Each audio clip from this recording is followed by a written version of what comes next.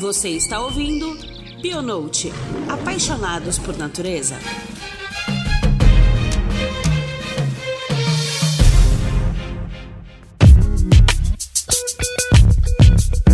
Olá, queridos ouvintes, bem-vindo ao episódio número 8 do Bionote. Meu nome é Lucas, eu sou o host do seu podcast. E hoje vamos continuar falando sobre conservação. É o segundo episódio da nossa trilogia. No primeiro episódio nós conversamos com o Mário, do Projeto Safari, que nos contou como é empreender e conservar ao mesmo tempo. E hoje a gente trouxe o Lucas Perillo, que é doutor em ecologia e fundador da Bocaina. Ele é uma empresa focada em biologia para conservação. Vamos falar um pouco da problemática da conservação no Brasil e no mundo um pouco, contar um pouco da história de como foi o início de todo o processo para a gente começar a pensar em conservação. E no próximo episódio nós vamos trazer o Lucas de novo, que vai contar pra gente um pouco como a conservação influencia na biodiversidade. E lembrando que o Bionote é um canal de conteúdo da Log Nature, a empresa especializada na venda de equipamentos para a área biológica e ambiental. Não temos só o podcast, pessoal, também temos os artigos e em breve vários outros conteúdos. Acessem lá www.lognature.com.br e acompanhe a gente também nas redes sociais, o Instagram, que é log_nature, e o Facebook, que é Log Materiais. Vamos lá? Vamos pro podcast, que tá bem interessante.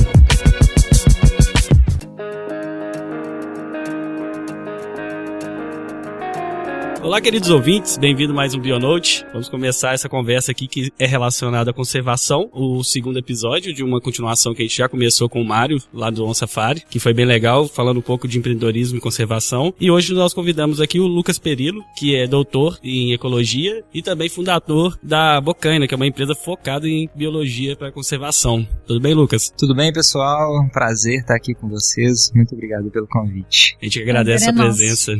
E também aqui nossos dois co-hosts, Juliana Cleissode, fundadora da Log. E aí, Ju? E aí, gente, tudo bem? Acho que hoje a conversa vai ser ótima. Temos muito para poder falar de conservação, né? Acho que é um tema quase que interminável. Com certeza. E o Felipe também, nosso segundo co-host. Beleza, Felipe? E aí, gente, tudo bem? Massa. E para começar, Lucas, eu queria saber um pouco da sua história. Como é que você chegou até aqui? Como foi esse processo da sua vida? Como é que você chegou na área de conservação com tanta ferocidade?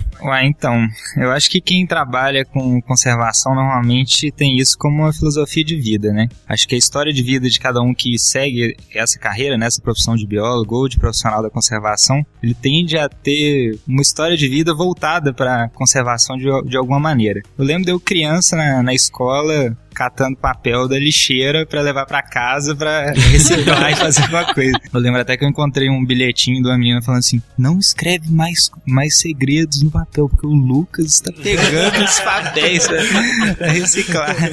Então, assim, desde pequeno eu tenho esse sua mãe devia adorar, né? Você chegava da escola cheio de lixo na mochila. Nossa, é incrível. E aí, não tem até hoje no meu bairro coleta seletiva, então a gente pegava o carrinho de mão pra levar. Eu convenci todo mundo da família que tinha que reciclar o lixo. Enfim, eu acho que quem trabalha com conservação já tem esse viés mesmo desde a infância. E aí não foi muito difícil escolher o curso, né, que na época do vestibular, então escolhi Ciências Biológicas. Na época eu passei na PUC e depois ainda passei na UFMG, mudei pra lá. E lá conheci um monte de pessoa que era igual você, que pensava como eu. E isso é muito legal, né? Na escola, claro, tinha vários amigos, mas nenhum com essa ideologia mesmo. E quando eu cheguei na faculdade vi que existem várias pessoas que pensam como a gente, né, com essa mentalidade. E aí entrei na biologia e comecei a fazer estágio sempre nas ciências naturais. Fiz estágio na botânica, ajudei algumas coisas na parasitologia, mas o meu cargo-chefe mesmo sempre foi na ecologia, principalmente a ecologia de insetos. Então entrei desde o primeiro período, trabalho com isso e fiz o meu mestrado com isso. Só que antes do mestrado eu trabalhei como gerente da unidade de conservação.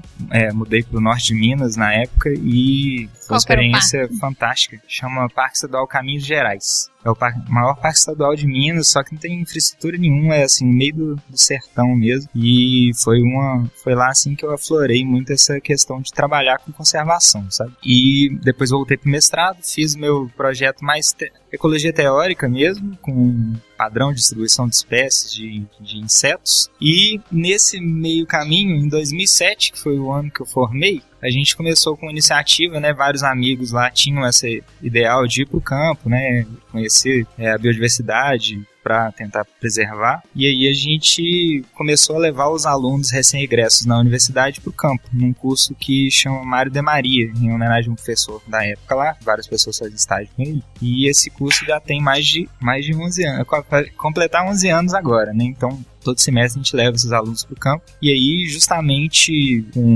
Todo semestre você vai... Todo semestre, então, vão uns 40 e poucos alunos recém-egressos da Ciências Biológicas da UFMG. Legal. E aí, então, já foram mais de 1.000 alunos que a gente levou para o campo. E aí, essa demanda começou a aumentar por cursos, né, de capacitação em campo. E aí, a gente resolveu profissionalizar isso abrindo a Bocaina, né, que é essa empresa que trabalha tanto com capacitação de profissionais da conservação, quanto com divulgação científica, socialização do conhecimento, né, comunicação da ciência. E desde então a gente tá aí nessa luta. Legal. A Bocaina tem até um canal no YouTube, né? Para o pessoal seguir, que é bem legal. Exato. A gente tem canal no YouTube, Facebook, blog, Instagram, né? E tem o blog, que eu acho que é a maneira mais fácil de encontrar a gente, que é no site biologiadaconservação.com.br. E aí tem o .com.br/blog, que aí são as notícias, os vídeos que a gente publica, né? Então, bem bacana. Todos convidados a participar. A Bocaina também trabalha com os cursos online, né? Exato, a gente tem cursos online, tanto online quanto presenciais. A gente trabalha também em cobertura de eventos científicos, né? Tentando socializar esse conhecimento que muitas vezes só quem tem condição de estar ali naquele momento consegue participar dessas discussões. Então a gente tenta sempre transpor isso para uma plataforma que é da internet, que hoje muita gente tem acesso, né? E quem ficou interessado, eu vou colocar, né, no link do post. Então entra lá no link, vai estar tudo certo. Vou colocar todas as redes sociais e os acessos para os sites. O site que é Biologia da Conservação e o blog, que é biologiadaconservação.com.br/blog. Perfeito, aí lá encontra todas as redes sociais, mais fácil. Bem legal, obrigado por fazer parte dessa conversa que vai ser bem interessante. Eu acho que trouxe uma pessoa de peso para falar de conservação, pelo visto desde o início, né? Podemos conversar de conservação desde criança. Acho que em todas as esferas, né? Eu acho que mas isso é um padrão, assim. Acho que quem segue essa carreira não tá preocupado com recurso financeiro, porque a gente vai ver ao longo da conversa que isso é um problema, né? Uhum. O recurso girando dentro da conservação, então acho que tem que ter força de vontade mesmo para continuar. No podcast que a gente fez com o Mário, né, que saiu no mês de julho, ele falou muito desses desafios mesmo, e a gente até plantou umas sementinhas assim para poder tratar um pouco da conservação dentro do empreendedorismo, sabe? De que é possível se obter recurso e trabalhar com conservação, né? Total, com certeza. A ideia é essa, né? Tentar o máximo de pessoas possíveis entrar e fazer o recurso circular mesmo, ter orçamento destinado a esse setor, né? Que é extremamente importante. Uhum. Hoje, basicamente, as formas que recebe é do governo e tem incentivo privado? Como é que funciona? Então, no caso da Bocaina, a gente se sustenta com os cursos, né? E cobertura de evento, então a gente oferece esse serviço. Mas tem crescido, agora existem vários editais aí de divulgação científica, de comunicação da ciência e até de projetos de conservação. Mas eu acho que isso aí a gente pode até entrar melhor depois. O problema é que grande parte desse recurso ele é vinculado ao empreendedor. No caso, por exemplo, das empreiteiras, das empreiteiras, né? As pessoas que estão fazendo algum mal ao meio ambiente, né? Eles só estão fornecendo recurso porque são obrigados. Para compensar de alguma maneira, né? Exato. Então a gente tem que tentar sair o máximo desse padrão, né? Porque senão não tem um viés ali do que eles almejam. Né? E, assim, eu queria, acho que pra gente começar, assim, eu queria até saber o que você entende como conservação. Bem, é difícil de explicar. O termo conservação, na verdade, ele é aplicado para uma série de coisas, né? Isso é até um problema que a gente enfrenta na hora, por exemplo, de tentar divulgar os nossos conteúdos. Porque muita gente procura no Google, por exemplo, conservação, conservação de imóveis, tem curso de restauração e conservação na universidade. Então, assim, a conservação da biodiversidade, né, ou a biologia da conservação no início, ela surgiu como uma ciência de crise, assim, ela surgiu para tentar solucionar problemas que estavam acontecendo relacionados relacionados com a perda de biodiversidade, perda de água. Uhum. Então, antigamente, antes dessa definição de biologia da conservação como uma ciência, ela era tratada só em alguns âmbitos aí, não legais, digamos assim, né? Claro que existe, historicamente, várias pessoas que contribuíram para a conservação sem ter esse título. Uhum. Sem ter essa denominação específica, né, que veio depois. A gente tem, por exemplo, exemplos do Império Romano, por exemplo, que a galera protegia algumas áreas para manutenção de água. Por exemplo, em Constantinopla, existe uma floresta lá até hoje que chama Floresta de Belgrado, que ela já tem quase 2000 anos de proteção a impactos ambientais. Né? Já tinha essa consciência das pessoas daquela época, algumas coisas, né? Era uma consciência assim, forçada, né? Eu acho que grande parte da história da conservação, né, da valoração da conservação vem disso, de pessoas perdendo recurso financeiro muitas vezes, e não, peraí, eu tenho que fazer alguma coisa para mudar isso. E aí a conservação surgiu como ciência nesse cenário, assim, de tentar... Na hora que falta... tentar soluções mesmo, para resolver, né, problemas. Então já é uma ciência que evoluiu atrasada, né? A gente já está sempre um passo atrás, a gente está sempre na urgência querendo resolver coisas que já estão acontecendo.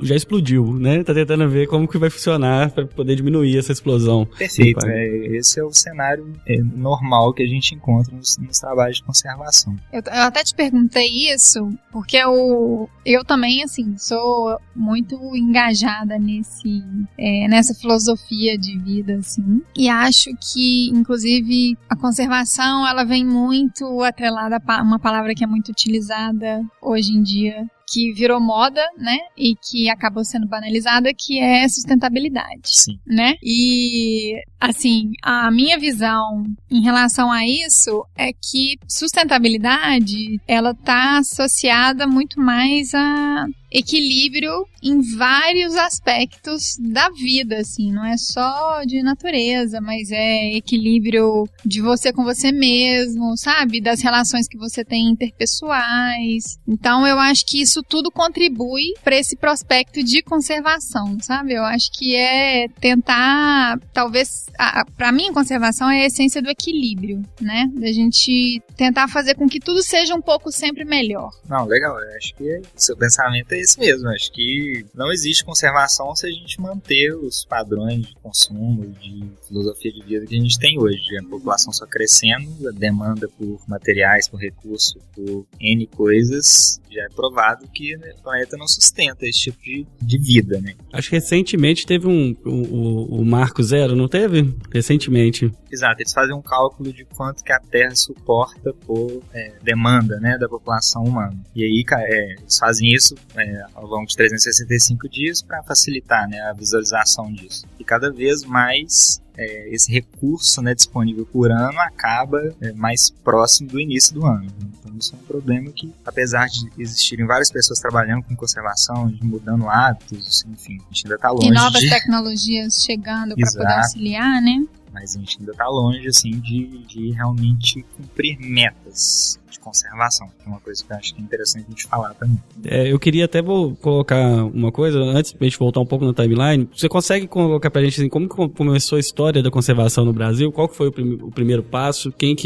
Alguém que trouxe essa bandeira? Ou isso foi uma coisa que veio de fora? Como é que funcionou esse processo da história de conservação no Brasil, né? Que tem uma biodiversidade muito grande. Na verdade, assim, a história da conservação no Brasil não pode ser desvinculada da história da conservação no mundo, que, querendo ou não, também é muito recente. Claro que existem esses exemplos, né, de reis que gostavam de caçar, por exemplo, e falaram, a partir de agora, quem caçar nesse lugar aqui, pena de morte. Então, querendo ou não, ele estava criando uma área protegida ali para proteger essa espécie. Várias espécies de mamíferos da Europa só existem hoje por causa disso. Então, querendo ou não, isso é um ato de proteção. Mas isso na época eles fizeram conscientes do que estavam acabando e se estivesse matando? Ou era uma coisa assim, moda? Eu dando um exemplo aqui, brincando. Não, exato. Os reis chegaram, eu adoro caçar, mas cada vez que eu vou pro mato, eu vejo menos bicho. Entendi. Tem alguma coisa errada aí. Será que é porque tá caçando mais? Então, e principalmente com madeira, né? No início das navegações também se tornou uma coisa muito importante a manutenção de florestas, né? Senão não tinha navio, a galera não ia fazer expansão. Inclusive, uma das primeiras leis no Brasil foi a lei de preservar algumas árvores, que são as madeiras de lei. Existe até hoje esse termo, né? As madeiras de lei não podem ser derrubadas porque elas tinham um uso muito importante para a coroa na época. Então, querendo ou não, isso também é uma estratégia de conservação que remete ao início da colonização. Mas assim, além desses pequenos exemplos aí que acontecem há muito tempo, né? A sistematização da conservação mesmo é uma coisa muito recente. Sei lá, se a gente for pegar a história da humanidade, uns 99,9% do tempo a gente não estava preocupado com isso, grande parte da população. Não era um problema pra gente. Não era nenhum problema. Ainda uma grande parte. Exato. Eu assim, acho que ainda eu acho que a parte preocupada, exato. Ela tá crescente, mas a maioria ainda não despertou pra isso. Claro, o senso comum eu acho uma coisa também que é importante a gente falar, que nada muda se a gente não dizer o que é importante. Né? Uhum. Então, grande parte da população concorda que não se atenta para isso, até porque grande parte dela também tem grandes outros problemas com o que se preocupar, assim, né? Não é nem justo a gente cobrar coisas de conservação se a gente não tem nem saneamento básico. Você não tem o mínimo, você tá né? preocupado ali de alimentar seu filho, enfim. Mas isso é uma coisa assim, com certeza grande parte da população mundial não está preocupada com conservação. Mas o que eu digo de sistematização e conservação é a questão de políticas públicas mesmo, de pessoas levarem em consideração que isso é um bem para a nação, né? E isso começou a surgir em várias leis, né, ao longo do planeta. E aí, assim, um marco importante foi uma reunião que teve em Estocolmo, que chama Conferência de Estocolmo, que foi em 72, que foi a primeira vez na década de 70, foi ontem. E que a galera juntou... Nem perto da história da Terra, né? Que a ONU juntou pela primeira vez com esse objetivo de sair de lá com metas, com grupos, né, de trabalho, para principalmente criar um sistema de unidade de conservação, de áreas protegidas em todos os países signatários. Antes disso, teve algumas iniciativas que também trabalharam muito com conservação. Tem o caso do John Muir lá nos Estados Unidos, né, que fizeram acampistas, gostavam da beleza cênica de Yellowstone lá, e eles criaram a primeira unidade de conservação legal, né, vamos dizer assim, da história recente da humanidade. E aí, isso foi em 1800, final do século XIX. E aí, depois disso, custou aparecer outras unidades de conservação no país. E mesmo assim, é muito recente, né? Se eu for pensar. E aí, depois dessa conferência de Estocolmo, teve um marco também interessante, que foi em 85, foi ano que eu nasci, inclusive. Já estava me preparando para... A sementinha já tinha brotado, né? Que foi a criação da Sociedade de Biologia da Conservação. Então, ela é da década de 80. E aí, 2 anos depois, né, por causa desses trabalhos, eles criaram um periódico científico, né, que chama Conservation Biology, que até hoje existe, e grande parte dos trabalhos importantes são publicados nessa revista. Só para vocês terem ideia, em 88, o célebre Wilson lá, né, que todos os biólogos aí que trabalham nessa área conhecem, foi a primeira vez que ele usou o termo biodiversidade, no final da década de 80, com esse propósito. Então, assim, lembrando que conservação, que a ciência da conservação, ela é uma coisa muito recente. E aí, alguns anos depois, né, no início da década de 90, a galera começou a preocupar, existem várias espécies que estão desaparecendo, e aí uma senhora hoje, né, fantástica, que chama Georgina Mace, ela escreveu um artigo, né, criando a categorização de espécies ameaçadas. Então, isso também foi um passo muito importante, assim, para a conservação. Ele consegue, pelo menos, medir, né? Dar as medidas dos status, né? Exato. Isso é uma ferramenta super importante para você determinar quais ações você deve tomar para preservar uma espécie ameaçada, né? Então, tem várias categorias. Criticamente ameaçada, em perigo, ou deficiente de dados também, que te indica lugares importantes para você procurar se essa espécie está lá. Então, a Georgina foi super importante nesse contexto. E aí, logo depois, teve a ECO 92, que aí entra o Brasil, assim, forte nesse cenário. O primeiro passo do Brasil para poder começar a seguir as regras daquela reunião? Na verdade, o Brasil já tinha participado da Conferência de Estocolmo, era um dos signatários, então eles criaram várias equipes na época, e o Brasil já tinha deles, e eles já tinham esse intuito de reunir de novo em 92. E 20 anos depois, né? Isso, e a coisa mais importante 20 anos, eu sou ruim de matemática. 20 anos depois. E aí a Eco 92 foi super importante porque aconteceu aqui, né, no Brasil, então justamente pelo que você falou, né, Brasil super importante, o país mais biodiverso do mundo, tem vários ecossistemas únicos, assim, só falar disso já é um outro episódio aqui de podcast. Mas a coisa mais importante que aconteceu na Eco 92 foi a criação da Convenção da Diversidade Biológica. Essa convenção, ela é super importante porque ela é realmente a legitimação dessa questão ambiental em escala global. Então, da Eco 92 eles já saíram com várias equipes já justamente para resolver problemas apontados. E quem participou desse projeto seria alguns pesquisadores durante a reunião para definir isso? Quem que foi? Porque isso foi um evento tipo mais político ou mais de ciência? Pelo fato de ter saído, né? Acho que política eu desconfio, desculpa. Mas...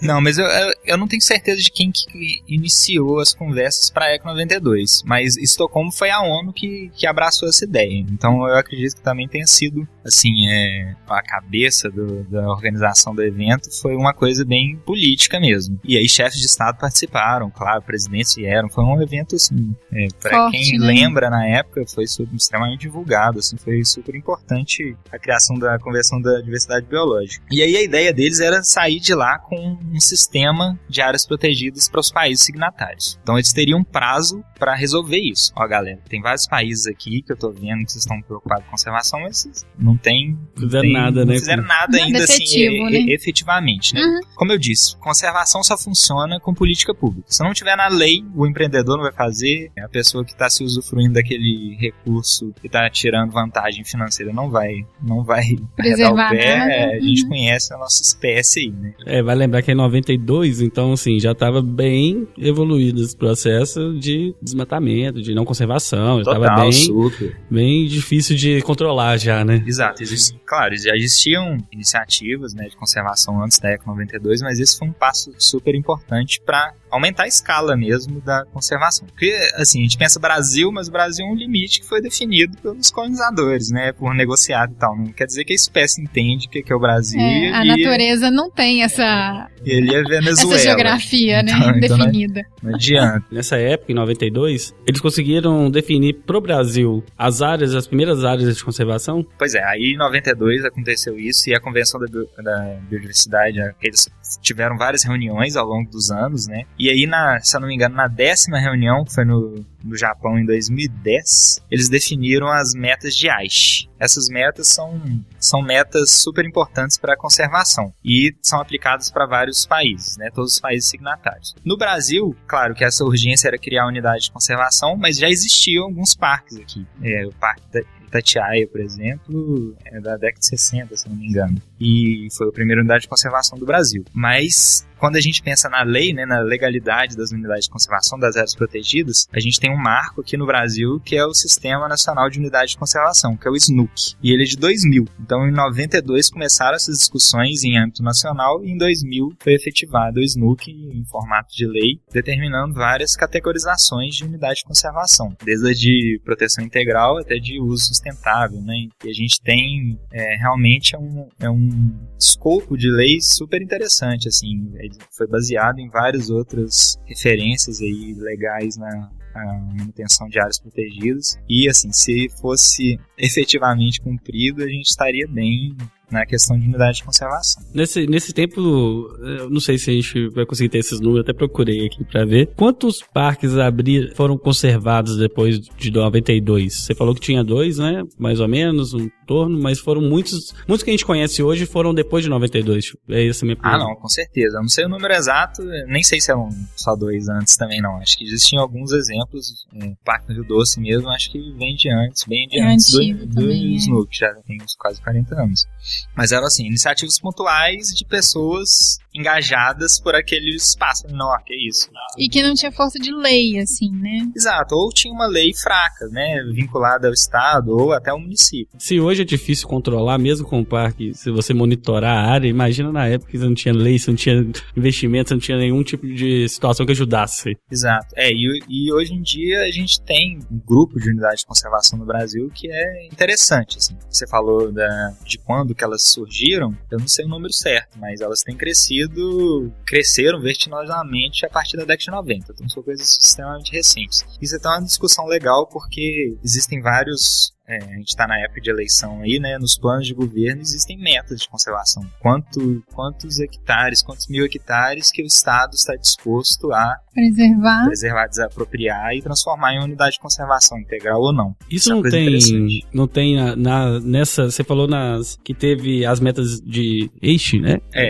Aichi. As metas de Aichi, eles não tem uma pressão além das fronteiras, porque você falou um negócio de política, a gente fica pensando, qual que é o candidato que vai? Mas como tem umas metas e a ONU acredita politicamente, isso é importante para todo mundo. Então, assim, acaba que não existe uma escolha. Mas como é que funciona? Porque tem algumas metas que eu tava lendo aqui que estão até 2020, por exemplo, já que começa a funcionar, né? Exato, isso é legal demais. As metas de Aichi justamente foram isso. São metas já com prazo para acabar. Como a reunião foi em 2010, chama Aichi porque era a província de Aichi lá no Japão, não tem nenhuma aplicação conservacionista nisso não. Mas a partir de 2011, todos os países signatários de 2011 a 2020 tinham que cumprir várias metas, são 20 metas, né, de Aichi, estavam distribuídas em alguns objetivos estratégicos. Esses objetivos eles vão desde saneamento mesmo, as pessoas até, 2020, 50% da população do país tem que ter saneamento básico. Enfim, tudo que envolvia conservação em algum âmbito foi tentado encaixar dentro dessas 20 metas. Inclusive, conservação da biodiversidade, criação de unidade de conservação. Não só criação, mas efetivação, né? Porque uma coisa é você criar o decreto da unidade e a outra coisa é você desapropriar e fazer a regularização fundiária da área. E aí a gente tem um problema gigantesco.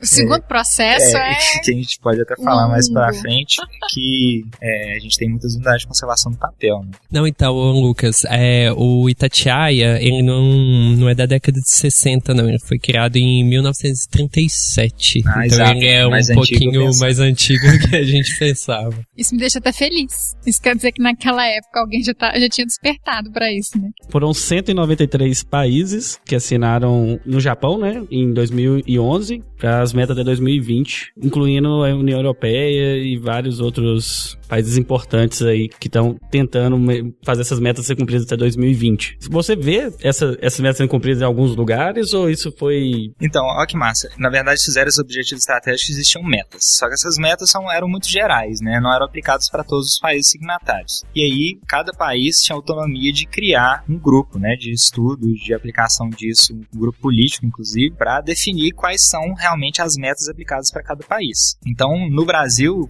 foi criado o CONABio. E aí existem várias portarias do CONABio para tentar transformar essas metas da biodiversidade mundiais para uma coisa mais realista do cenário brasileiro. E aí no Brasil foram criadas as 20 metas e as submetas também de cada uma dessas, já voltadas mais para a realidade, com os índices já específicos para serem determinados, para serem valorados aqui no Brasil. E aí tem vários índices que estão abaixo do esperado. A gente já está em 2018 e é interessante que quem quiser saber mais sobre isso, né, metas de Aichi, se digitar no Google aparece muita coisa. A gente coloca também beleza. na descrição do episódio. Eu encontrei um site aqui que mostra um pouco sobre essas metas. Tem um site oficial mesmo de Aichi 20. E aí eu coloco lá no link para todo mundo acompanhar como é que tá esses índices, a gente já perto ou não. E aí tem uma coisa legal que para a Mata Atlântica, né, existe a SOS Mata Atlântica e outros órgãos que trabalham mais nesse bioma brasileiro, e eles fazem um relatório anual, um anuário que eles falam para saber o que foi feito, o que não foi feito dentro das metas. Então, assim, claro que cada instituição brasileira, seja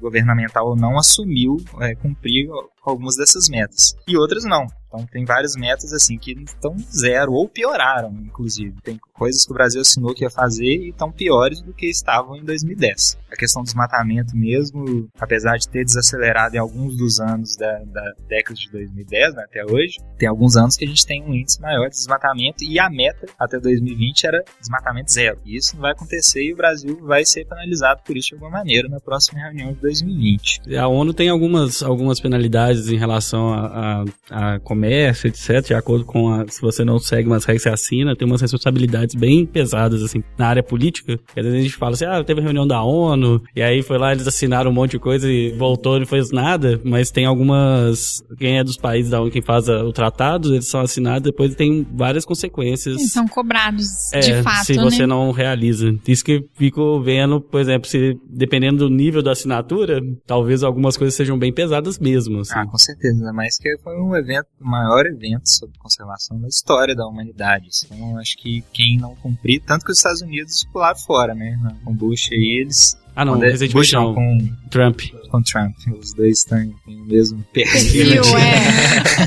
Confundo os dois, mas abominável. O Trump falou que isso aí não era importante, o cara nem acredita em aquecimento global, então é muito difícil ele deixar de assinar essas coisas, não. Mas, assim, tem vários tópicos, e pensando em Mata Atlântica, né, que, querendo ou não, é uma área extremamente estudada do Brasil, sobrou pouca coisa, então tem pouca coisa a ser preservada, então é legal olhar esse anuário que vocês vão ver o problema que a gente tem passado. Tem até um caso interessante de um professor lá do FMG, que é o Fernando Silveira, ele trabalha com conservação de sementes, que é um dos subtópicos de uma das metas lá, que é a manutenção de biodiversidade em bancos, né? Porque caso aconteça algum problema, aqui pra gente é mais difícil, mas tem países que tem terremoto, tsunami, essas coisas, às vezes até as sementes mesmo comercializáveis, né, para produção agrícola, podem ser localmente extintas. Então existe esse trabalho também de conservação de sementes fora da natureza. Então existem vários bancos de semente, e aí a ideia era que X%,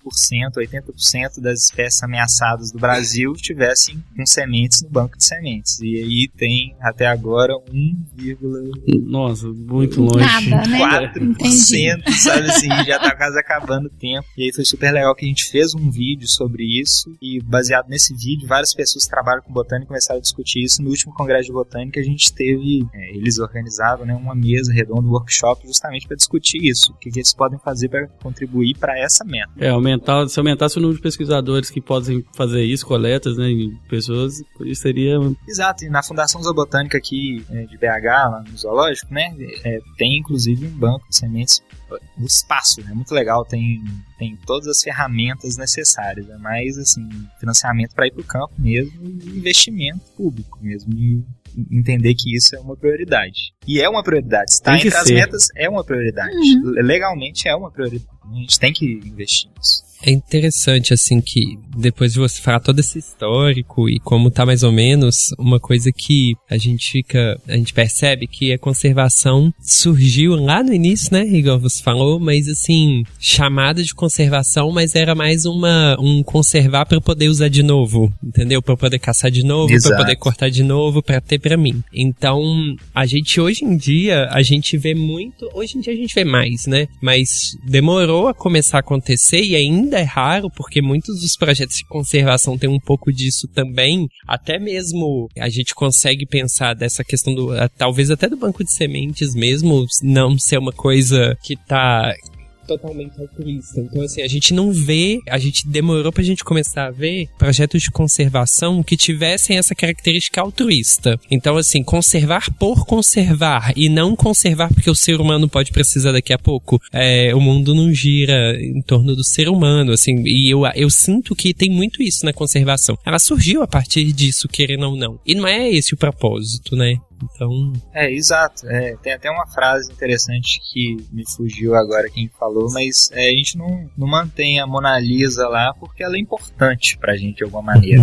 Ela tá lá com não sei quantos mil seguranças, a galera fazendo uma barreira nela lá pra proteger ela de qualquer maneira, pra qualquer tipo de ataque que ela possa vir a sofrer. Mas pra que ela serve?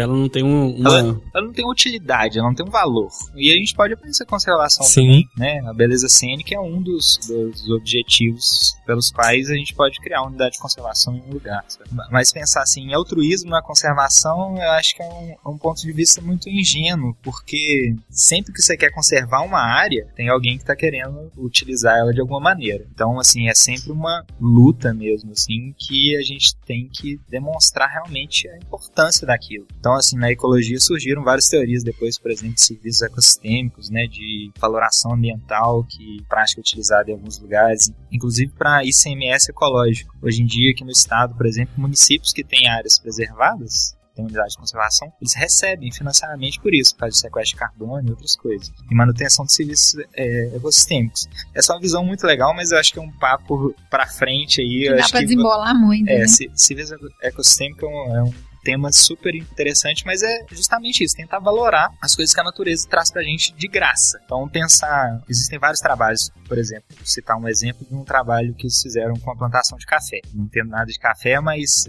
existia um produtor de café e o vizinho dele tinha uma mata lá que ele não fazia nada. E aí, de repente, o vizinho pensou, pô, mas o meu vizinho aqui da fazenda do lado tá ganhando dinheiro com café e eu deixando essa mata em pé. E aí ele foi, desmatou a mata dele e plantou café. E aí, no outro ano, no ano seguinte, a produtividade de café do vizinho que já plantava café diminuiu em 40%. Ou seja, o simples fato de você ter mantido aquela mata naquela região estava dando para o proprietário 40% do recurso. Então aquela mata vale dinheiro, e vale dinheiro todo ano, porque o polinizador ele poliniza o café, mas ele precisa de lugar para procriar, para ver o resto da vida, e era na mata do vizinho. Então eles começaram a valorar mesmo essa manutenção de áreas protegidas. E existem vários índices hoje em dia que demonstram que se a gente não manter área, a gente vai perder recurso mesmo, tanto em produção de alimentos, quanto barramento de areia, né, coisas que são lixiviadas para o rio. Tudo isso são coisas que a natureza faz pra gente de graça. E se a gente colocar na ponta do papel, quem começou com essa ideia foi um cara que chama Costanza, em 97, ele escreveu um artigo que, se a gente colocasse na ponta do papel na época, a natureza dá pra gente 33 trilhões de dólares anuais. Ou seja, a natureza tem um PIB maior do que todas as nações do mundo. Então, é justo a gente olhar pra ela com olhos mais financeiros, inclusive, que é uma ferramenta que a gente tem que convencer. É importantíssimo isso, né? Porque a partir do momento que a gente está num sistema capitalista, né, a gente precisa colocar cifrão para poder colocar no patamar devido, né? A mesma história da mineração. Beleza, vai gerar renda, que a gente aqui, né, tá em Belo Horizonte e a gente tá dentro do quadrilátero ferrífero. Tem esse nome, não é à toa, né? Tem séculos aí que a gente sustenta, né, a produção industrial mundial. Mas é a mesma coisa da mineração. Mas todo mundo precisa de minério, todo mundo precisa de ferro e todo mundo precisa de emprego. Então esse minerador aqui faz só o bem. Mas aí quando você pensa que lá existe uma nascente, que o litro da água, mesmo que seja 0,0001 centavo, mas ele tá lá todos os dias, será que daqui a 100 anos, se você tivesse mantido aquela nascente, quantos reais você tava perdendo por destruir aquela nascente? A água vale dinheiro. Então, inclusive deveria até ser mais cara, né? Não é hoje, mas vai ser, sabe? Então, ainda, se alguém que tenha um pouco desse pensamento não imediatista vai chegar a essa conclusão de que, beleza, a gente precisa de minério, a gente precisa de madeira, a gente precisa de uma série de coisas, mas também a gente precisa de outras coisas que podem não estar sendo valorizadas agora, porque ainda existe, digamos assim, não foi valorada, né? Existe muito ainda em determinados lugares, mas quando chegar um momento de escassez que a gente vai dar o valor. E é isso que a conservação tem que fazer, né? Antecipar e tentar manter esses ambientes. E é interessante até isso que você citou aí, né, das minerações, mas não são exclusivos a elas, né? Só um exemplo, mas é interessante porque a gente vê que elas realmente destroem vários ambientes e tem toda a necessidade que você mesmo citou, mas o engraçado é que expande-se cada vez mais os empreendimentos e a gente vê pouquíssimo esforço para tentar recuperar de alguma maneira o que já foi destruído e não tem mais utilidade para aquele empreendimento, né? Então, assim, a gente vê muito pouco investimento em tentar também resolver o que já se estragou. Porque, é igual você falou, a gente, muitas vezes, os projetos de conservação vêm depois que já tá tudo meio que no fim, né?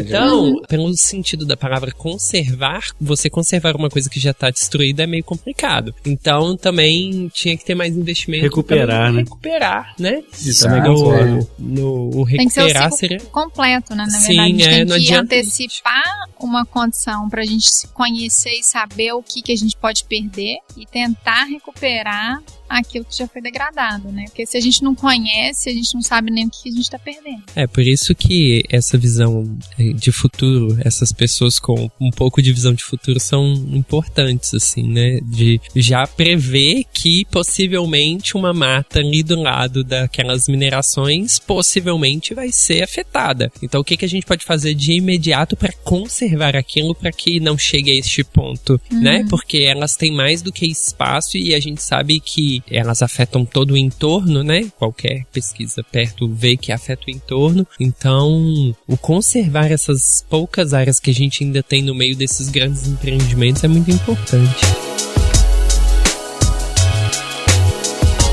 Eu queria até te perguntar pro Lucas em relação a isso, você que tem mais experiência com esse dia a dia, como que funciona hoje, como que funciona a conservação no Brasil? Assim, você deu alguns exemplos, né, que são exemplos bons, mas na sua visão, como funciona a conservação? Hoje, a gente colocou aqui que a maioria da conservação é apoiado pelas empresas que destroem, né, porque são contrapartidas, né, que elas são obrigadas a fazer por lei, a maioria delas, mas tem alguns parques que não são, tem alguns parques que são mantidos por outras instituições que seriam governamentais, né? A maioria delas. Então, Lucas, perguntando um pouco sobre isso, como é que funciona o dia a dia de quem trabalha com conservação? Eu digo, tem alguns exemplos que você foi dando pra gente em relação à conservação no Brasil, todas essas formas de todo mundo que tá empenhado nisso, mas o dia a dia, algum projeto, você pode contar pra gente um pouco como funciona isso? Na verdade, existem vários setores que trabalham com conservação, né? Assim, os que eu estou mais envolvido desde o início é a pesquisa, querendo ou não, estou na academia, fiz doutorado e tudo mais, então conheço vários profissionais que trabalham com isso. E também existe o terceiro setor, a iniciativa privada, todos eles contribuem de alguma maneira.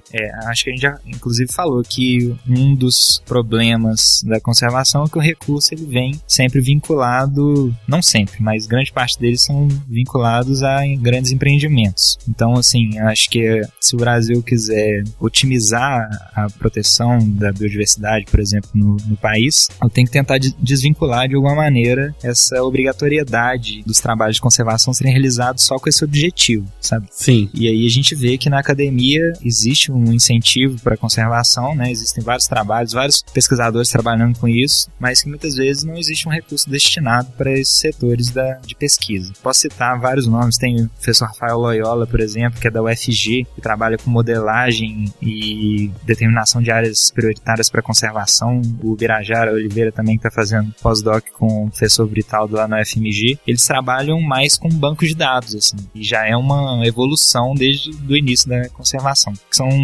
trabalhos super aplicáveis, assim, para determinados cenários, inclusive várias secretarias de biodiversidade, né, de meio ambiente e inclusive o Ministério do Ambiente contratam esses profissionais para tentarem encontrar soluções para a crise ambiental de determinadas áreas do país. Então eles se baseiam sempre em dados primários, né? Então acho que isso é importante falar, porque existem várias pessoas que coletam aqui desde a época dos naturalistas, lá existem naturalistas que coletaram aqui ainda no século XVI e tem material depositado em coleções desde então.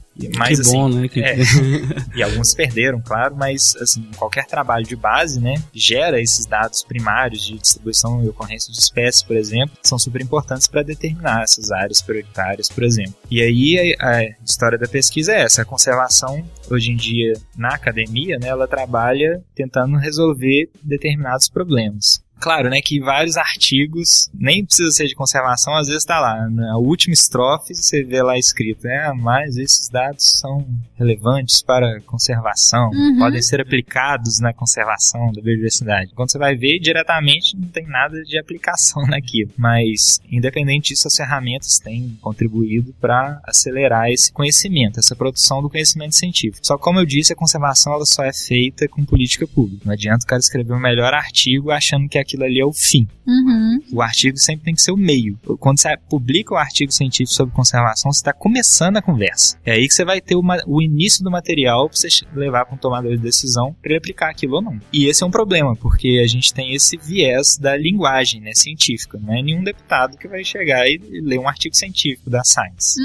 da Nature. Então, também é um papel de um profissional da conservação, né, que a gente enfrenta no dia a dia, que é tentar transformar essa informação, traduzir essa informação e se apropriar das ferramentas utilizadas hoje em dia para que isso aumente a escala. Então, a gente tem internet, por exemplo, todo mundo recebe vários e-mails daqueles, assine aqui, petição sobre não sei o que lá. Isso é uma maneira interessante de tentar equilibrar as contas, né? Porque, como eu disse, a conservação no ambiente de crise está sempre atrás, está sempre procurando proteger algo que já tem alguém de olho. Né? Pagar o fogo. Com certeza. Mas isso também não é um pouco de responsabilidade de alguns órgãos do governo de ficar monitorando isso? Assim, o deputado, o presidente, o prefeito, enfim, o legislativo ou o executivo, eles realmente não vão ter essa relação de ficar lendo e nem tem essa obrigação, entre aspas, vou colocar entre aspas porque tem pessoas ligadas a ele, mas também é uma responsabilidade de alguns órgãos governamentais para poder seguir essas linhas também. Não, né? Com certeza. E aí cabe a gente também na hora de votar, né? Sem procurar planos de trabalho, planos de governo que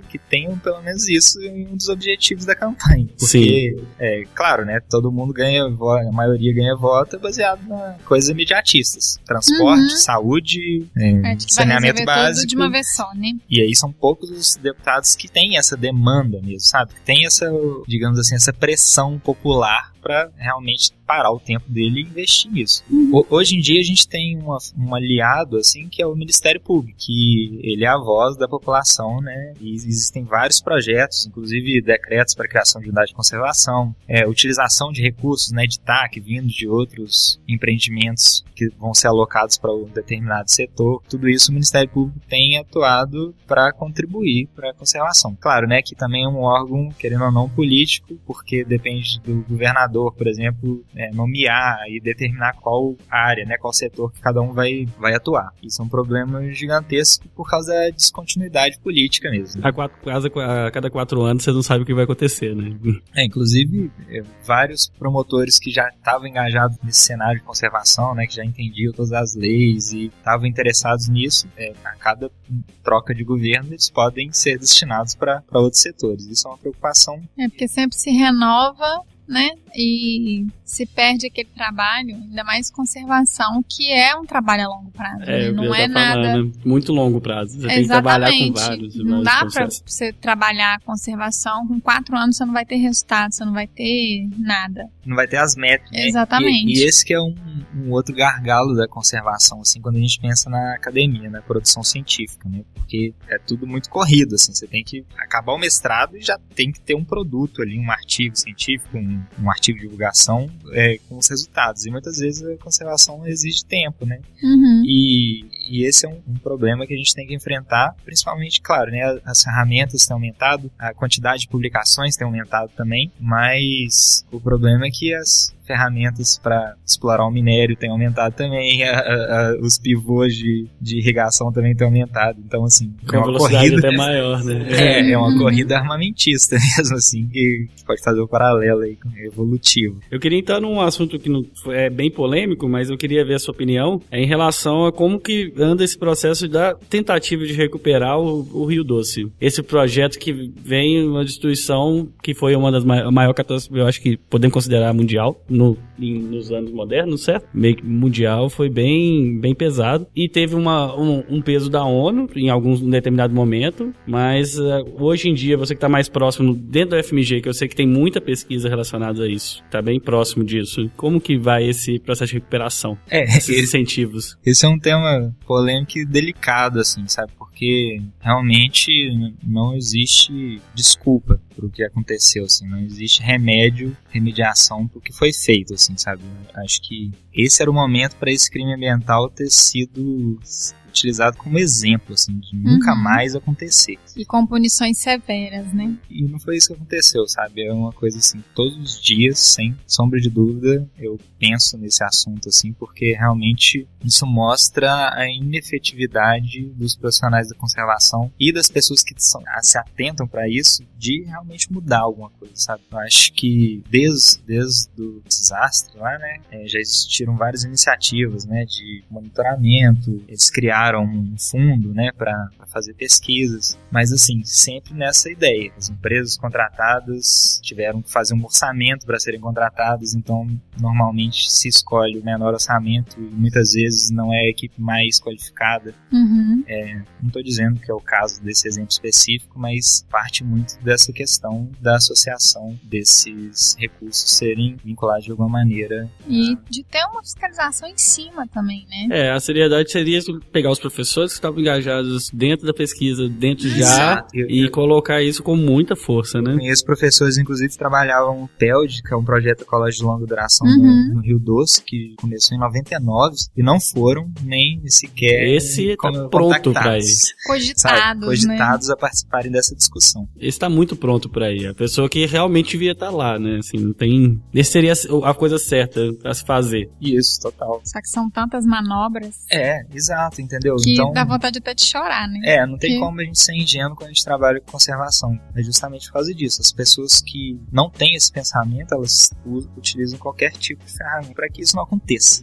Para que tenha que gastar o mínimo de dinheiro possível com isso e dane-se o resto. O meio ambiente. E assim, não é uma fala conservacionista, não. Justamente eles não estão valorando o que eles estão perdendo com isso. Sobre essa questão da tradução, né, das informações. Para facilitar o acesso das informações, eu acho que se a gente tivesse uma política pública efetiva no sentido de trazer para a população essa questão da educação ambiental, ela seria extremamente importante no sentido de que quando uma mineração, uma área que vai ser minerada, resolve ampliar essa expansão de uma mineração, derrubando uma mata que de repente é uma mata importante, que é um remanescente pequeno de uma região, porém conseguiu uma liberação, né, do órgão regulador de que aquela expansão ali é possível. Se a população tivesse a consciência dessa valoração e que, de fato, o que está na natureza é de todo mundo, né, é o recurso que todo mundo utiliza, talvez teriam campanhas e campanhas assim de aqui você não vai fazer isso, não adianta. A força popular seria muito mais condicionada nesse quesito de preservação, né? Eu falo que não é no extremismo, porque aqui a gente não tá falando de abraçar a árvore, né? A gente tá falando de um equilíbrio mesmo. Acho que um profissional da conservação tem que entender. Exatamente, que a dinâmica é assim, né? A economia tem que girar, né?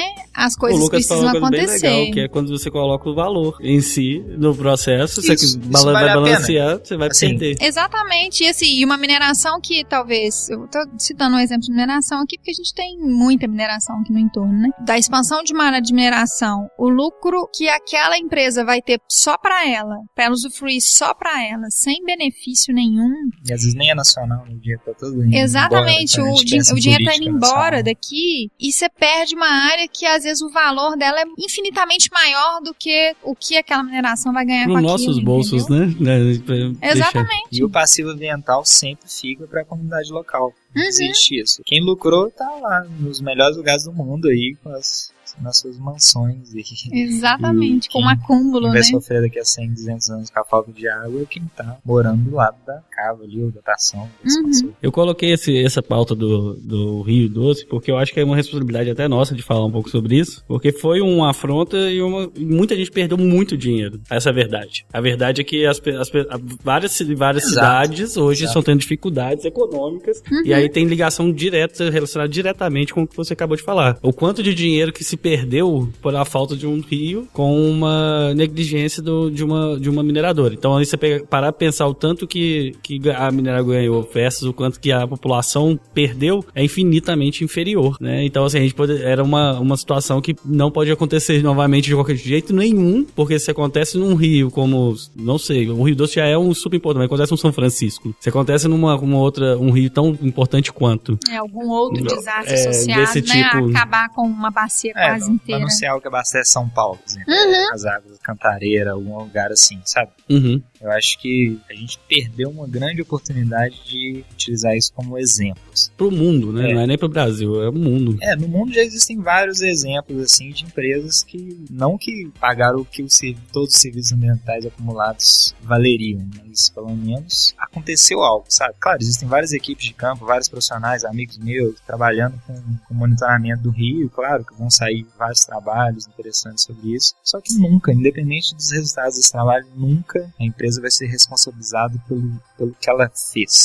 Pelo tamanho Pelo tamanho de tudo que aconteceu, de todas as pessoas que foram afetadas diretamente, nem se fala, né? Mas inclusive indiretamente, que sobrevivem desse rio aí há séculos. Sim. Gerações futuras também, né? Que nem estão aqui e ainda vão sofrer com isso também, né? Eu visitei a área lá há pouco tempo, já tem quase 3 anos, e realmente, assim, incrível o quanto de destruição que foi causada por esse acontecer, classificar isso. E assim, de certa forma, eu vejo como um pouco de isso não ter chegado numa conclusão que a gente esperava, né? Que seria uma grande, uma responsabilidade total da empresa e que de alguma forma pagaria, e quem tava no topo da empresa também pagaria, mas eu sinto que é um pouco de culpa de todo mundo, assim. É um pouco de culpa da população, é um pouco de culpa... É uma culpa de todo mundo, porque a gente esquece.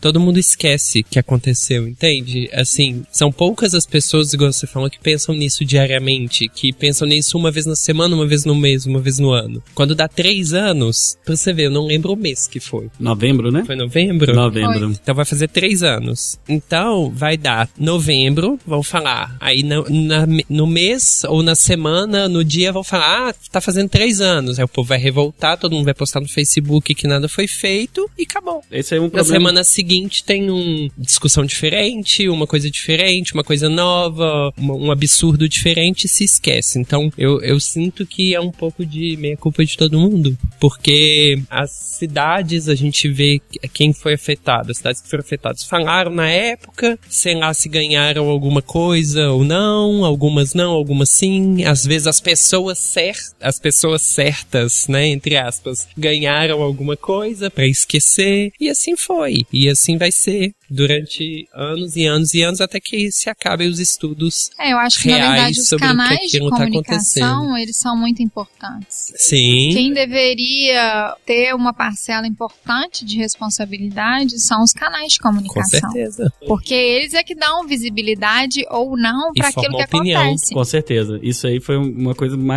que mais afetou na época, e é o que você fala, é pauta de 1 ano. Já é pauta fechada hoje pros canais de televisão. Na semana do aniversário do acidente, e um exemplo, assim, que eu fico revoltada todo ano, assim, que eu falo, meu Deus do céu, como que isso pode acontecer toda vez? É assim, entra período de seca, começa a diminuir reservatório, aí começa aquele tanto de notícia pra poder racionar água, que tá correndo risco de racionamento, e todo mundo tem que controlar o consumo de água e tudo mais. Só que a água ninguém paga muito caro, igual conta de luz.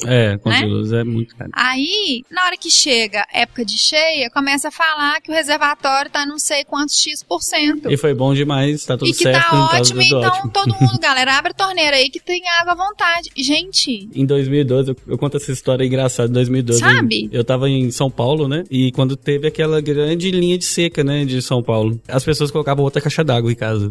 2 caixas d'água, sabe? Porque como tinha racionamento de água de tempos em tempos, do horário, era todo dia de noite, as pessoas colocavam 2 caixas d'água. Resolveu o problema, meu problema. E quando isso aconteceu, foi engraçado, porque eu vi isso acontecer muito de perto, eu falei, que isso, gente? A galera não entendeu a situação. Exatamente, é sistêmico. É sistêmico. A condição aí, ela é sistêmica, então, por que não? Gente, se a gente pode reduzir o consumo disso, por que não reduzir o tempo inteiro? Então, eu acho que, assim, os canais de comunicação, eles eles são importantes nisso porque eles são formadores de opinião, né? Eles divulgam a responsabilidade deles é divulgar o que acontece, e o que eles definem que vai morrer acaba que na grande parte das vezes, assim, a maior parte das vezes morre.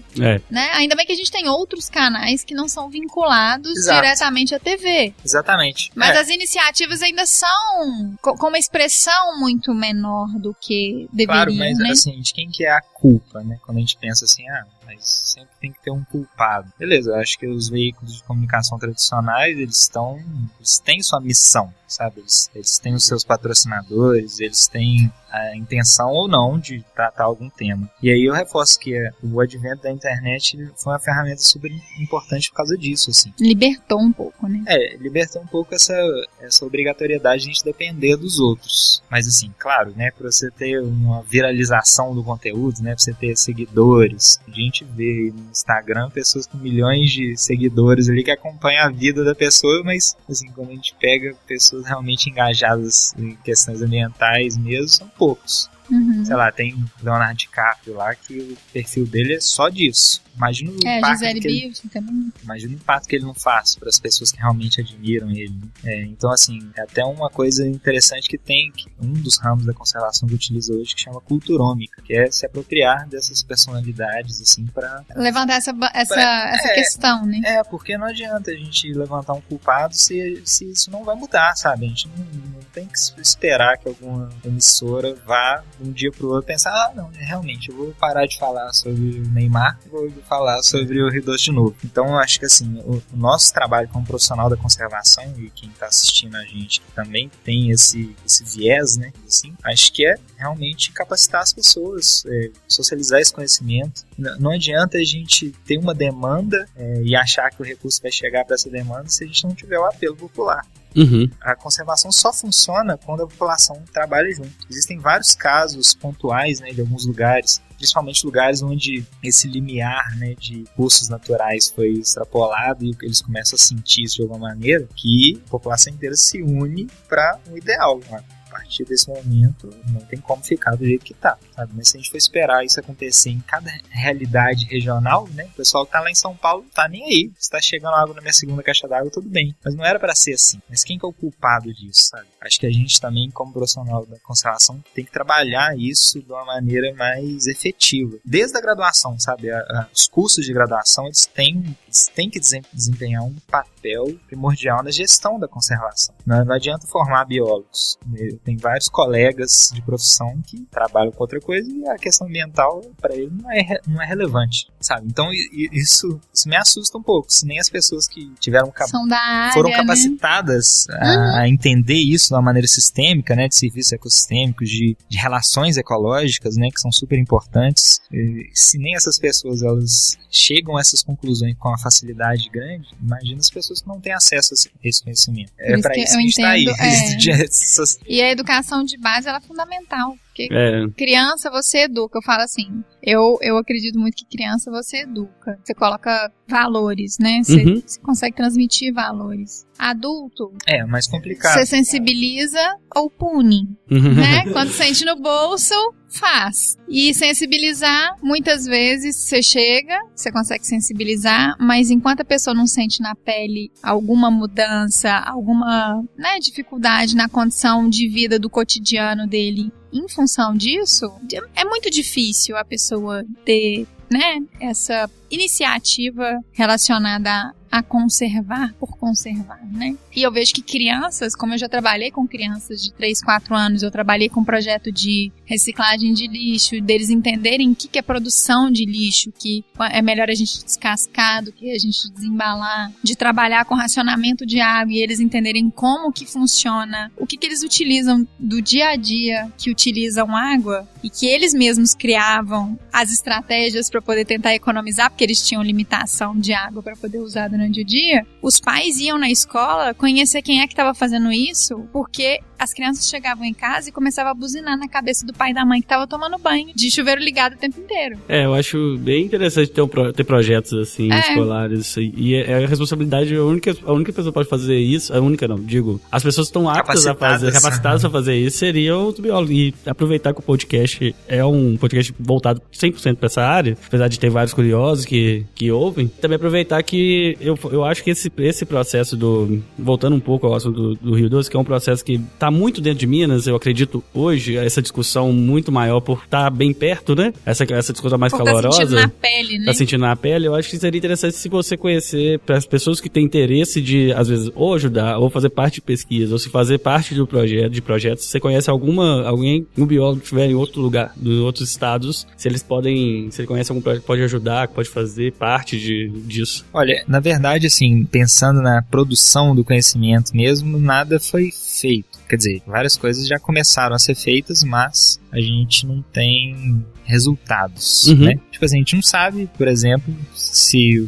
determinadas espécies de peixe se extinguiram localmente ou se elas estão contaminadas com algum metal pesado. Isso tudo, como eu disse, demanda tempo. Sim. Então, assim, eu acho que a melhor maneira, se alguma pessoa que está escutando quiser contribuir, é não deixar essa história morrer, sabe? Sempre relembrar para as pessoas que estão perto, se a pessoa tiver capacitação para trabalhar com isso. Existem vários projetos acontecendo em laboratórios, principalmente daqui, mas também do Espírito Santo. Tem vários projetos legais, inclusive de pessoas do Espírito Santo que trabalhavam na Restinga, no litoral, ficaram sabendo do desastre. Foram lá, coletaram antes e depois coletaram depois, porque até chegar lá demorou alguns dias, né?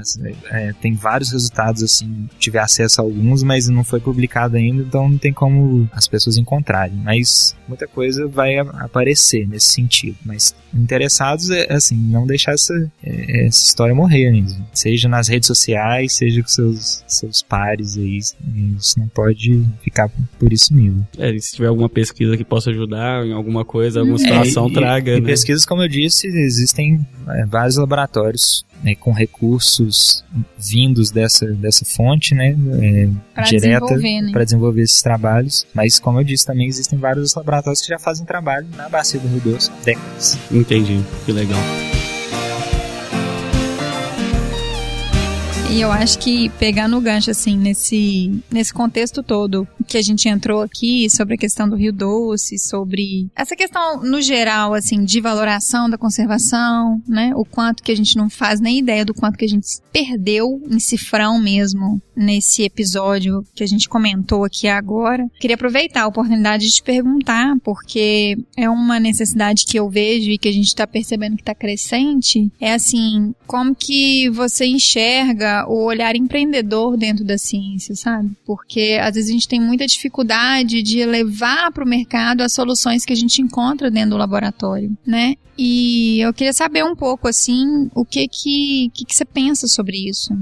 Assim, eu posso falar da minha área, né? Como eu disse, a gente sempre foi interessado em conservação, trabalho até hoje, né, na academia, né, fazendo pesquisa mesmo, tanto aplicáveis para conservação, mas também pesquisa de base. E eu acho assim que o segredo, a gente até falou algumas vezes aqui, é a comunicação da ciência. Como a gente que foi capacitado para isso já sabe que esse pleito é justo, né, que conservação é algo que deve ser valorizado, que deve estar dentro de todas as mesas de discussão políticas e não políticas, a gente tem que mostrar para as outras pessoas que isso é importante. Né? E eu acho assim que o empreendedorismo na conservação ele tem que passar muito por isso. Porque se a gente quiser que recurso circule na área da conservação, a gente tem que mostrar que ela é importante. A gente tem vários exemplos super interessantes, inclusive antigos aí, de uma pessoa que eu sou extremamente fã, que é o David Attenborough, né? Que é o Sir David Attenborough, que faz esses documentários da BBC desde a década de 50. E aí você vê que as temáticas que ele trabalha, nossa, cada capítulo dele é super bem trabalhado e todas as pessoas que assistem não tem como sair dali sem ser tocado de alguma maneira, sabe? E eu tenho certeza, inclusive já vi vários depoimentos de pessoas que assistiram os conteúdos produzidos por ele que realmente mudaram a filosofia de vida, o conceito do que é importante e do que não é. E, nossa, é legal demais. Inclusive, no Facebook da BBC tem um trailerzinho que o David Attenborough gravou, que aconteceu depois do lançamento do último documentário dele, que foi Planeta Azul 2. Falando que vários países mudaram e criaram leis baseadas na questão do plástico entrar no oceano e outras coisas por causa da vontade, sabe? Então, assim, se a gente quiser que recurso financie projetos de conservação, a gente tem que mostrar tanto à população quanto para os tomadores de decisão que conservação é importante, que deve ser priorizado, tanto quanto saneamento básico, e que a gente faz parte disso, né? Conservar é conservar Homo sapiens todos também, fazem né? parte, todos são culpados, mas ao mesmo tempo ninguém é culpado, porque é quase claro que sempre tem os caras que... Na verdade, todo mundo é responsável, né? Todo mundo é responsável por isso de alguma maneira. Então a gente tem que demonstrar isso. E a gente não tem sido efetivo na maioria dos casos até hoje. Por isso que é tão difícil encontrar recursos para conservação. Hoje em dia a gente já tem ampla gama de cursos de graduação, de áreas afins da conservação, né? Várias pessoas que trabalham com geografia, que trabalham com isso, né? Genética, enfim, tem vários setores que produzem conhecimento científico a ser utilizado para conservação. Então a gente tem ferramentas que são a internet, vídeos, YouTube. Hoje em dia você não precisa de uma profissionalização na hora de produzir um vídeo, por exemplo. Tem vários vídeos toscos aí que tem não sei quantos milhões de visualizações. Eu acho que é isso, a gente tem que empreender na hora de socializar esse conhecimento, de mostrar que a conservação é realmente importante. Claro, né, existem vários setores de empreendedorismo aplicados à conservação, mas eu acho que nenhum deles funciona ou nenhum deles vai funcionar a longo prazo se a gente não tiver esse apoio maciço de pessoas. Sim. Que comprem a história mesmo, assim, sabe? E é isso que a gente tem trabalhado. A gente trabalha tanto nessa transformação desse conteúdo que antigamente só os pesquisadores sentados na sua torre de marfim, né? Só os intelectuais ultra mega inteligentes e já discutem há séculos, né? Isso aí, tem várias pessoas que são exemplo disso, mas que a população mesmo não faz nem ideia de que isso é importante, sabe? É difícil. Esse conhecimento tem que chegar. E existem vários casos interessantes, muitos deles em pequenas escalas, né? É até legal citar o Cláudio Pádua, do IP, que foi um dos primeiros, um dos precursores da biologia da conservação no Brasil, porque ele foi fazer pós fora e veio com essas ideias novas aqui que ninguém estava pensando ainda no Brasil. E o IP tem feito várias coisas nesse sentido, mas tem várias outras ONGs, terceiro setor, várias outras pessoas que trabalham com empreendedorismo. O Quincas também, que ele criou, fez doutorado lá na FMG, mas ele criou o Instituto Biotrópicos. E eles fazem gestão de unidade de conservação no mosaico de áreas protegidas, mas a ideia do Quincas é um hub, transformar a Biotrópicos num hub de conservação. De empreendedorismo, né? Empreendedorismo. Inclusive, o Biotrópicos hoje tem vários braços, né? Tem um braço da divulgação científica, tem um braço da agroecologia, produção orgânica, e eles têm oferecido serviços em vários ramos da conservação. E para isso a gente precisa de pessoas capacitadas. Que legal. Acho que não adianta a gente querer empreender se a gente não tem algo para mostrar de novo. Acho que empreender ter soluções empreendedoras, né? É você conseguir resolver, no caso da conservação, conseguir resolver problemas. Inovar, né? Trazer novos processos, novas formas de fazer. Num espaço menor de tempo e com efetividade maior. É disso que a gente precisa de soluções. E não adianta você chegar a essa solução se você não tiver um público para absorver ou para entender o que você está querendo dizer. Então, acho que são um dos grandes desafios da conservação, assim, em si. Primeiro, a gente tem que mostrar que essa pauta é importante, a gente precisa desse recurso. Encontrar uma maneira de fazer com que isso seja ouvido, né? Que seja visto e as pessoas sejam sensibilizadas pelo tema, né? Exato.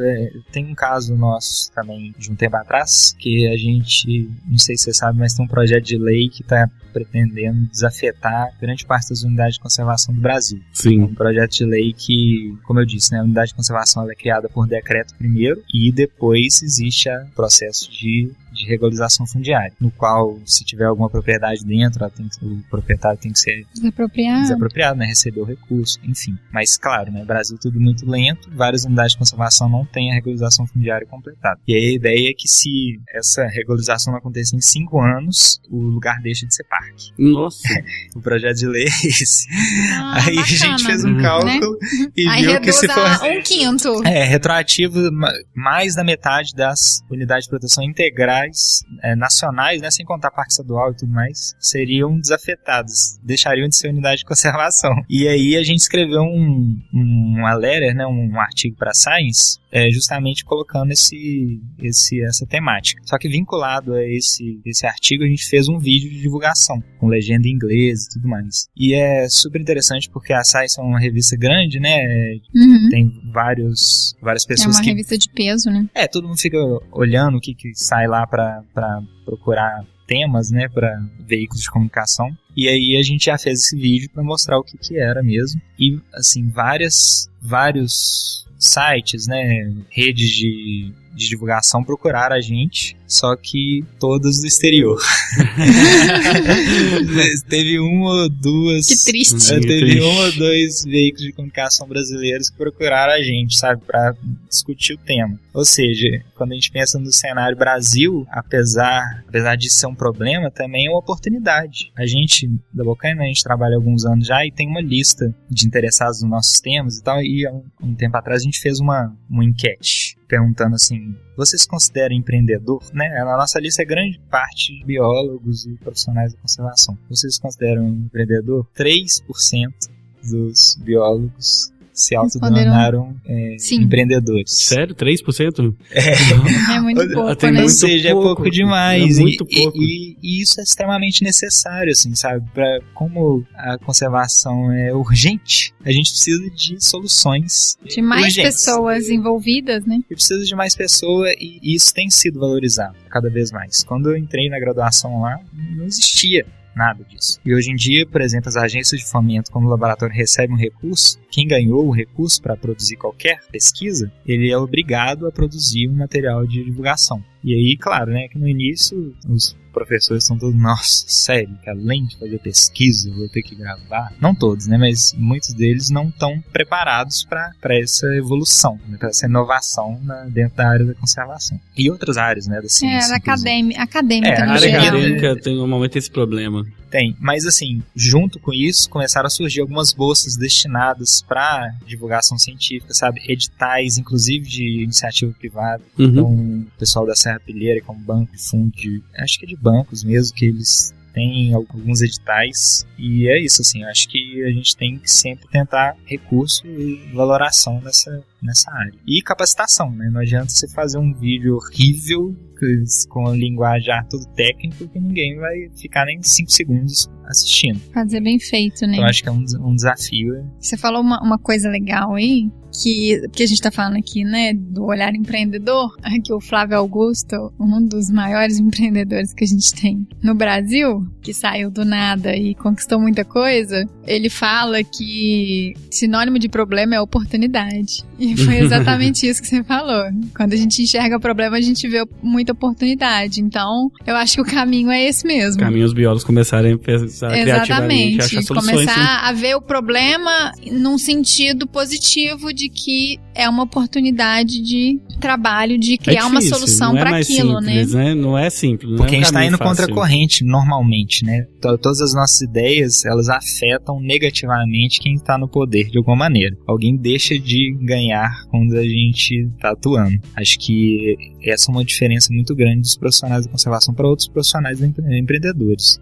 Claro, né? Existem iniciativas de empreendedorismo da conservação que podem gerar recursos, mas existem... Às vezes geram recursos locais. Quando a gente pega metas da conservação lá, grande parte delas, elas demandam trabalhos assim, árduos e que precisam de pessoas mesmo capacitadas para isso. E eu acho que o caminho para empreender é nunca desistir, se capacitar o máximo possível e justamente isso, tentar encontrar maneiras, os diferenciais, né? Com certeza. E acho que é sempre possível. Vamos empreender, né? Por favor, viu, galera? Biólogos de plantão aí. Bom, Bom, gostaria primeiro de agradecer muito ao Lucas, foi um ótimo episódio. Acho que tratar um pouco da problemática da conservação agora foi dar mais um passo nessa trilogia que nós vamos fazer. Foi um terceiro episódio que vai falar com o Lucas também, só sobre biodiversidade e a importância dela, né? Na conservação. Na conservação. Então, eu queria agradecer, Lucas. Obrigado pela presença. Eu que agradeço. Acho que a iniciativa de vocês é fantástica. É o que eu disse. Cada vez a gente tem que mostrar para as pessoas que o que a gente tem feito é baseado em evidências e é científico e deve ser valorizado. Então, nada melhor do que divulgar isso de maneiras diferentes. Parabéns aí pelo projeto e a gente encontra, então, daqui a um mês para discutir outras coisas. Conservação é um tema inacabado. Exatamente. Não tem como acabar. E também gostaria de agradecer também a Juliana, da Log. Valeu, Ju. Gente, eu que agradeço a oportunidade. Adoro falar sobre isso, agradeço muito a presença do Lucas aqui e eu acho que a gente tem muito para falar, muito que se discutir sobre o tema, né? E com toda certeza abrir a cabeça de muitas pessoas. Vai ser muito bom. E também o Felipe, obrigado, Felipe, pela presença. Obrigado a todos vocês, a todo mundo que está ouvindo. Conservação é um tema extremamente relevante e precisa ser discutido. Legal. Eu gostaria de agradecer você também, ouvinte, que esteve aqui com a gente até o final. Nós falamos um pouco sobre empreendedorismo no primeiro e a conservação. Agora falamos bastante sobre a problemática da conservação no Brasil e outros polos, né? E demos uma introdução e o Lucas volta com a gente no próximo episódio. A gente vai falar sobre a biodiversidade para conservação, o que influencia a biodiversidade na conservação. E também gostaria de lembrar vocês que o Bionote é o canal de conteúdo da Log Nature, para vocês acessarem lá www.lognature.com.br. A Log é uma empresa especializada em venda de equipamentos para a área biológica e ambiental, com uma grande linha de pesquisa também para que deixe esses produtos sempre da melhor qualidade. Então, temos uma equipe de P&D que mantém também essa pesquisa para ver se os produtos estão certos, quais são os melhores produtos, criação de novos produtos. É bem legal. Eu acho que quem tiver interesse, entra lá que tem bastante conteúdo. Também acesse nossas redes sociais, o bionote.com.br, a Log Nature no Instagram, Log Materiais no Facebook. E a gente trabalha agora para criar novos conteúdos também, artigos, vai ter vídeos, então vai ser bem legal ter bastante conteúdo para vocês relacionado a tudo da área da vida, né? Vou colocar assim. Das ciências da vida. Da ciência da vida. Então, até o próximo episódio. Obrigado, pessoal. Até mais.